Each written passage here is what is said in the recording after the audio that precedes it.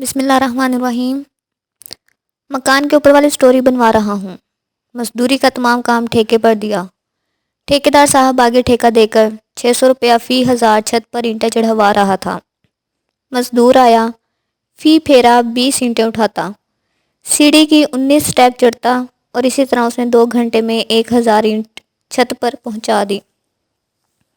تب تک بارش شروع ہو گئی تو سلپ ہونے کے خطرے سے مزدور نے کام روک دیا۔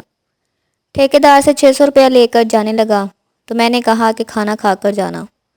وہ بولا کہ سر جی ساتھ ہی چوک میں منگل بازار لگا ہوا، گھر کے لیے سودا لے آؤں تو آ کر روٹی کھاتا ہوں۔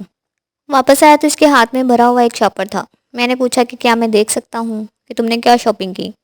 تو تھوڑا ہچکچا کر بولا کہ جی ضرور دیکھ لیں۔ میں بہت پیار کے ساتھ شاپر میں سے ایک آئٹم نکال کر دیکھنے لگا۔ شاپر میں کیا تھا؟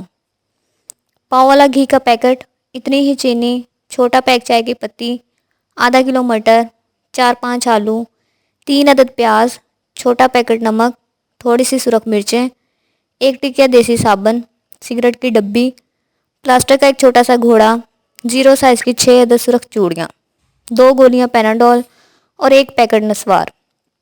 پوچھا کہ گھر میں ہانڈی روٹی کرنے کے لیے جلاؤ گے کیا؟ تو بولا کہ جاتے ہوئے 5 کلو لکڑی اور 2 کلو آٹا لے کر جاؤں گا۔ ہمسائے میں ہی لکڑی کا ٹال اور آٹا چکی ہے۔ پھر پوچھا کہ بارش میں گھر کیسے جاؤ گے اور تمہارا گھر یہاں سے کتنی دور ہے؟ تو بولا کہ 8 کلومیٹر دور گھر ہے میرا، پیدل جاؤں گا یا کسی بائک والے سے لفٹ لے لوں گا۔